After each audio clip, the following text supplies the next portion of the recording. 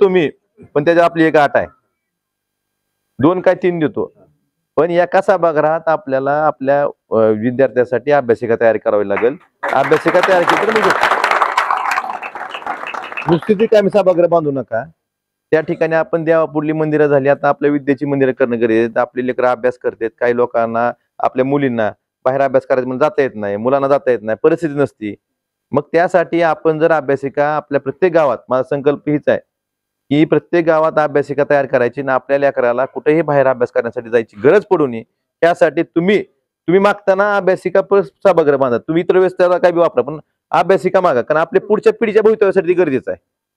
आपण पुढच्या पिढीचं भवितव्य बघितलं पाहिजे असं मला वाटतं. मी देतो 2 नाही 3 देतो, पण एक अभ्यासिका कंपल्सरी करणं गरजेचं आहे असं मला वाटतं. कारण आपण जर हा विचार केला नाही तर आपण कितीही बाकीच्या भौतिक सुविधा केल्या ना, आपली पिढी जर शिक्षणात पुढे गेली नाही किंवा आपल्या कुठल्या गोष्टीत आपण जर त्याला मदत केली नाही तर आपण ह्या स्पर्धेच्या युगात खूप मागे पडतो आणि आपल्याकडे सुविधा नाहीत. तुम्ही पश्चिम महाराष्ट्रात जावा, पश्चिम महाराष्ट्रात प्रत्येक गावात 10-5 तहसीलदार आहेत, म्हणजे सगळी अधिकारी वर्गाची संख्या जास्त आहे. मग आपल्याकडे आहे का? नाही, कारण आपल्याकडे हीच नाही, लाईनच नाही.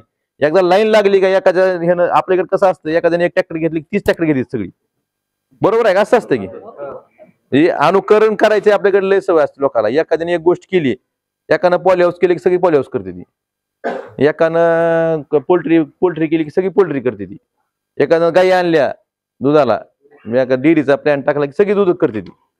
माझं म्हणणं आहे की एखादा अधिकारी झाला तर बाकीचे बी अधिकारी होतील, हे अनुकरण करण्याची आपल्याकडे आहे प्रथा. मग चांगल्या गोष्टीला आपण त्यांना नेऊ, कारण शेतीला मर्यादा आहे. आपण बघतो की दर 3 वर्षांनी दुष्काळ पडतो आपल्याकडे. बरं, नवीन पिढी ही शेतात आपल्यासारखं जुन्यासारखं काम करू शकत नाही. आपल्यासारखं म्हणजे मी करत नाही, तुमच्यासारखेच.